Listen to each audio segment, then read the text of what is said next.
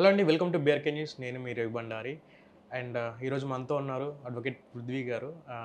So, important legal topics పైన మనతో మాట్లాడడానికి సార్ ఉన్నారు. సార్‌తో మాట్లాడి ఆ ఇంపార్టెంట్ టాపిక్స్ ఏంటి, వాటి చట్టాలేంటి, వాటి గురించి పూర్తి వివరాలు సార్‌తో మాట్లాడి తెలుసుకుందాం. Hello sir. సార్, ఇప్పుడు బేసిక్‌గా డివోర్స్ తర్వాత భార్య సంపాదిస్తుంది, భర్త సంపాదిస్తుంది. సో, భార్య సంపాదిస్తున్నప్పటికీ హస్బెండ్ అనే పర్సన్ వైఫ్‌కి భరణం అనేది ఖచ్చితంగా ఇవ్వాలా? ఇవ్వాల్సిందేనా సార్?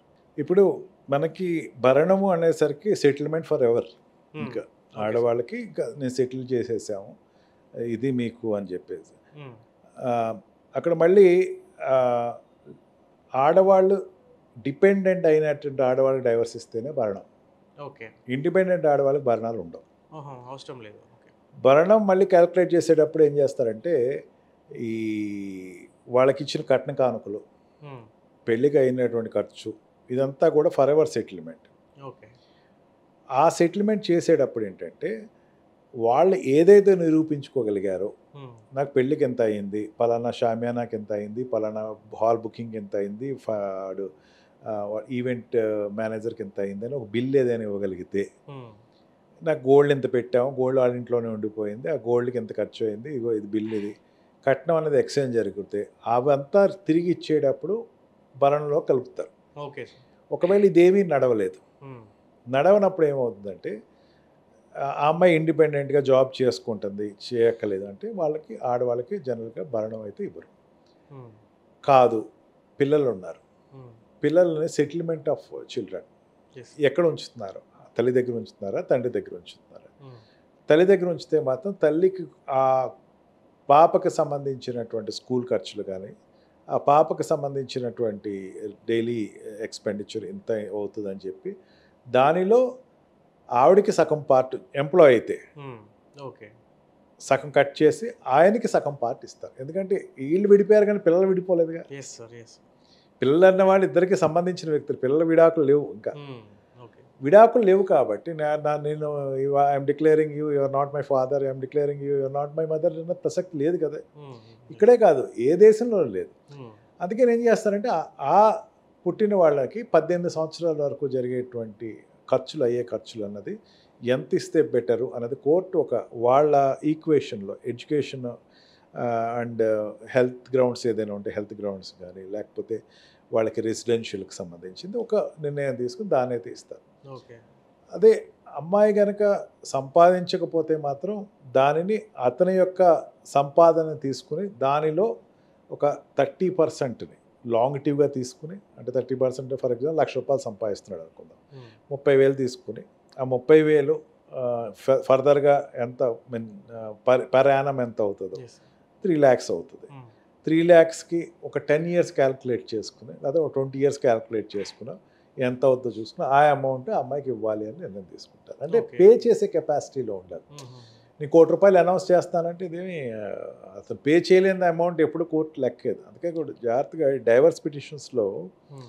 భరణం డిసైడ్ చేసేటప్పుడు, డైవర్స్ వద్దు అనుకునేటువంటి హస్బెండ్ ఉన్నా, లేకపోతే హ్మ్. డైవర్స్ కావాలనుకునే హస్బెండ్ ఉన్నా సరే, తన ఎకనామికల్ కెపాసిటీస్‌ని ఖచ్చితంగా రాయాలి.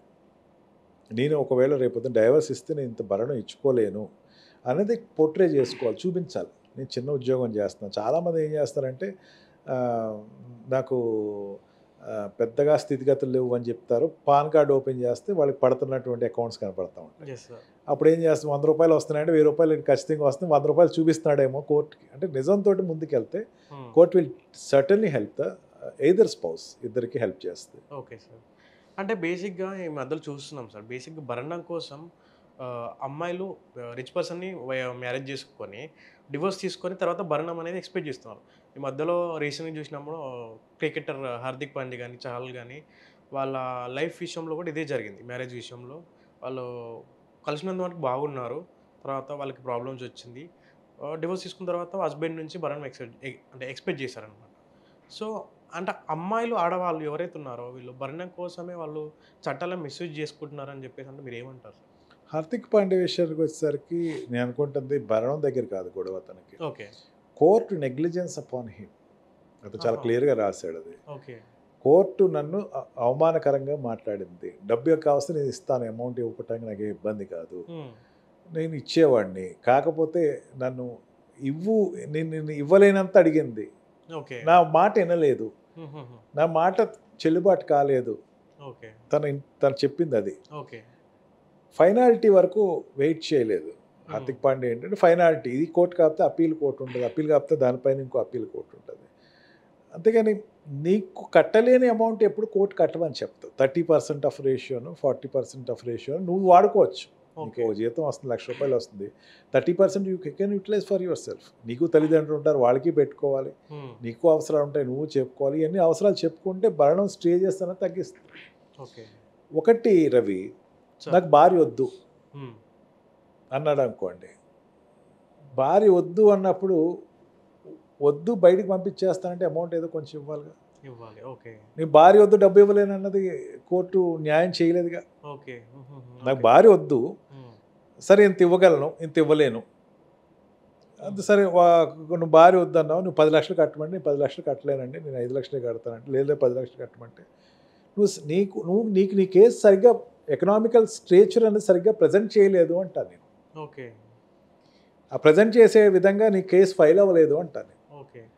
కరెక్ట్గా ఫైల్ అయితే, కరెక్ట్గా చెప్పగలిగితే నేను ఇవ్వలేనండి, నేను ఇచ్చే పరిస్థితులు లేను, ఇది నా పరిస్థితి అంటే ఖచ్చితంగా కోర్టు చూస్తుంది. ఓకే. అంటే రీసెంట్గా మనం చూస్తే సార్ ఇలాంటి కేసే బెంగళూరులో ఒక పర్సను, అంటే కోర్టు నేను చెప్పేది వినలేదు, నేను భరించలేనంత భరణాన్ని వైఫ్కి ఇవ్వమన్నారని చెప్పేసి ఆయన సూసైడ్ చేసుకుని చనిపోయాడు. భార్య చేసిన మిస్టేక్స్ ఏంటి, భార్య అంటే చెప్తే వినకూడని పనులు చేసేసి అండ్ కోర్టు కూడా నేను చెప్పింది వినకుండా, పూర్తి వినకుండా నాకు ఇట్లా అన్యాయం చేసిందని చెప్పేసి ఆ పర్సన్ చెప్పేసి చనిపోయాడు. సో దీని గురించి ఏం చెప్తారు? అపీల్. ఓకే. అపీల్ ఉంది. నీకు ఒక కోర్టులో ఎండింగ్ ఏం కాదు. ఓకే. ఒకటి దేర్ ఈజ్ ఎ సెన్స్, అసలు సెన్స్లెస్గా వాడు నిర్ణయం తీసుకున్నారని నేను అనట్లేదు, కానీ అన్ని రకాలుగా ప్రజెంట్ చేయటంలో ఎక్కడో లోపం జరిగిందేమో అనిపిస్తూ ఉంటుంది. ఓకే. అంటే నా ఎకనామికల్ స్ట్రేచర్ ఇంతే, నేను కట్టగలను అనేది రికార్డు పూర్వకంగా ప్రూవ్ చేయాలి. చాలామంది చేసే పెద్ద తప్పు ఏంటంటే పాన్ కార్డ్ డీటెయిల్స్ ఇవ్వరు. ఓకే. పాన్ కార్డ్ ఎవరు, ఫర్దర్గా రిటర్న్స్ డీటెయిల్స్ ఇవ్వరు. నేను నిజంగా సంపాదిస్తే నా రిటర్న్స్లో ఉండాలి కదా, ఎస్ సార్, రిటర్న్స్లో ఉన్నాయో లేదో చూసుకోండి అని రిటర్న్స్ ఇచ్చేస్తే అయిపోయి there ends the matter. Okay. నీ if at all you are an employee, ప్రతిదీ ఈ రోజున ఈవెన్ అటెండర్ కూడా ఆన్లైన్లో ట్రాన్స్ఫర్ చేస్తున్నారు కదా, క్యాష్ ఎవరికి ఇవ్వట్లేదు కదా, నీ స్టేట్మెంట్ ఇచ్చేసి నేను ఇంతే, దీనిలో అయ్యే ఖర్చులు నాకు ఇవి, మా తల్లిదండ్రులు చూసుకోవాలా, ఓల్డ్ ఏజ్ పేరెంట్స్ వాళ్ళకి అయ్యేటువంటి హాస్పిటల్ ఖర్చులు ఇవి, నాకు ఉండేటువంటి మిగతా ఆబ్లిగేషన్స్ ఉన్నాయి, ఈ ఆబ్లిగేషన్స్ ఇవి, నేను మా సిస్టర్ మ్యారేజ్ చేసుకోవాలా, నువ్వు ఎక్స్ప్లెయిన్ చేయి. ఓకే. సప్రెస్ చేసి నాకు ఏది లేదు అని ప్రూఫ్ లేకుండా నువ్వు నుంచుంటా అంటే court cannot help you. Ravi, ప్రతి సిటిజన్ని బ్యాంక్ అకౌంట్ తీసుకోమని గవర్నమెంట్ ఎందుకు చెప్తుంది? ఓకే. చెప్తుందా లేదా? చెప్తుంది. ప్రతి సిటిజన్ బ్యాంక్ అకౌంట్ తీసుకోండి, బ్యాంక్ అకౌంట్ మీరు పెట్టుకోండి. ప్రతి సిటిజన్ని పాన్ కార్డ్కి ఎంకరేజ్ చేస్తుంది, తీసుకోమంటలే కానీ ప్రతి వాడికి పాన్ కార్డ్, ఎక్కడికి వెళ్ళినా పాన్ కార్డ్ రెగ్యులేషన్ చెప్తుంది. ఈ రెండు దేనికోసం? ఫర్దర్గా ఈ కరెన్సీ నోట్స్ని తగ్గించుకోవాలని, వాడకం తగ్గించుకోవాలని, మన ఇండియన్ టెండెన్సీ ఆ డబ్బులు ఇట్లా చూస్తా ఆనందపడేటువంటి మెయింటైన్ చేయకుండా దానిని ఎంతవరకు నువ్వు నిర్మూలించుకోగలవు అనేది దానికోసం పెట్టారు. ట్రాన్స్పరెన్సీగా కోర్టుకి చెప్తే court will definitely here it. నేను అనుకుంటా దానిలో ఎక్కడో లోపం జరిగింది, చెప్పటంలో లోపం జరిగింది. ఒకవేళ నిజంగా లోపం జరిగింది నీకు అనిపిస్తే అప్పీల్కి వెళ్ళండి, court will definitely settle it. అనేకమైన జడ్జిమెంట్స్ ఉన్నాయి, అందరికీ ఎక్కువ ఇచ్చేసాము. ఈ మధ్యన అయితే సుప్రీంకోర్టులో కానీ డిఫరెంట్ హైకోర్ట్స్లో కానీ చాలా స్పెసిఫిక్గా ఆడవాళ్ళకి ఇచ్చేటప్పుడు మగవాళ్ళ యొక్క స్ట్రేచర్ చూసి ఇవ్వండి, మగవాళ్ళ సంపాదన ఎంతో దాన్ని బట్టి ఇవ్వండి, కానీ ఇష్టం వచ్చినట్టు ఇవ్వద్దు అని చాలా జడ్జిమెంట్స్ వచ్చినాయి. అంతేగాని అతను ₹1,00,000 సంపాదిస్తున్నాడు 10 లక్షలు ఇవ్వమని ఎక్కడ రాలా. ఓకే. దానిని రెస్ట్రిక్ట్ చేసింది. ఉపయోగించుకుంటంలో ఎక్కడో లోపం జరిగిందేమో నా అభిప్రాయం. సో రీఅపీల్ చేసుకోవడం విషయంలో ఆయన ఆవేశపడ్డాడు, చేసుకోకుండా ఆవేశపడ్డాడు అని చెప్పేసి అది కూడా అనలేను నేను. రీఅపీల్ సబ్మిట్ చేయటంలో, తన ఎవిడెన్సెస్ సబ్మిట్ చేయటంలో ఎక్కడో మిస్టేక్ జరిగిందేమో, అది జరగటం వల్ల ఆ కోర్ట్ డిసిషన్ తనకి వ్యతిరేకం. ఇప్పుడు పోలీసు వాడు నన్ను పిలిచాడు రవి, పోలీస్ స్టేషన్ నుంచి నాకు కవర్ వచ్చింది, నేను సూసైడ్ చేసుకోగలనా? నేను వెళ్ళాలి కదా ఒకసారి, ఎందుకు పిలిచారు వెళ్ళాలి కదా. పోలీస్ స్టేషన్ నుంచి వచ్చింది అని చాలామంది భయపడతారు. Yes sir. వచ్చింది ఏమో ఎందుకు వచ్చింది తప్పించుకుంటానికో లేకపోతే పారిపోవటానికో నేను లేనని చెప్పడానికో. అసలు నువ్వు అక్కడికి వెళ్తే కదా తెలిసేది నీకు అసలు. Yes sir. అట్లాగే చట్టం నుంచి ఒక ఆర్డర్ వచ్చింది, దాన్ని నువ్వు స్టడీ చేయొచ్చు, ఇట్లా కాదు అని మళ్ళీ రీసబ్మిటింగ్ చేయడానికి అపీల్ కోర్ట్స్ ఉన్నాయి నీకు. ఓకే. అప్లెంట్ కోర్ట్స్ ఎందుకు ఉన్నాయి? దానిపై జిల్లా కోర్ట్స్, పైన హైకోర్ట్స్ ఎందుకు ఇచ్చారు? నీకు నిజంగా అన్యాయం జరిగితే నువ్వు వీళ్ళు ప్రజెంట్ చేసుకో కేసు. ఓకే. లేదంటే అప్పుడు అన్నీ చెప్పలేదండి మళ్ళీ రిమిట్ కిందకి చేసి మళ్ళీ మళ్ళీ కేసుని మళ్ళీ పునఃప్రారంభించమని అడుగు. ఓకే. అనేకమైన మెథడాలజీస్ ఉన్నాయి రవి.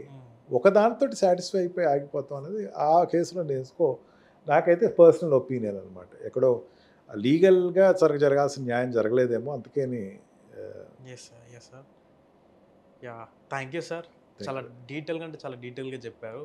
అంటే ఈ మధ్యలో మీరు చెప్పినట్టుగా ఎవరు చేయకుండా బేసిక్ పాన్ కార్డ్ డీటెయిల్స్ ఇవ్వకుండా వాళ్ళ ఇన్కమ్ ఇన్ఫర్మేషన్ అనేది ప్రాపర్ ఇవ్వకుండా సో వాళ్ళు ఏదో ఒక ఆవేశంలో డిసిషన్ తీసుకొని చనిపోతున్నారు. చాలా క్లియర్గా చెప్పారు. అడగండి, మీరు అమ్మాయి పాన్ కార్డ్ కూడా అడగండి, ఎస్ సార్. తప్పేం లేదు. Court will definitely give it. ఆ అమ్మాయి దగ్గర డబ్బు ఉంది, నువ్వు నమ్ముతున్న పాన్ కార్డ్ తెప్పించండి, దాంట్లో వచ్చేస్తాయి, డీటెయిల్స్ వచ్చేస్తాయి. Transparency is very much important. Thank you sir. Thank you. Thank you so much. మాకైతే మంచి ఇన్ఫర్మేషన్ అయితే ఇచ్చారు. So thank you sir. Thank you. So చూసారు కదండి, మంచి ఇన్ఫర్మేషన్ అయితే సార్ ఇచ్చారు. మీకు ఏమైనా డౌట్స్ ఉంటే కింద స్క్రోల్ అవుతున్న నెంబర్కి కాల్ చేసి సార్ని కాంటాక్ట్ అవ్వండి. మీకు ఏమైనా డౌట్స్ ఉంటే సార్ మొత్తం క్లియర్ చేస్తారు. సో చూస్తూనే లేటెస్ట్ అప్డేట్ కోసం బీఆర్కే న్యూస్.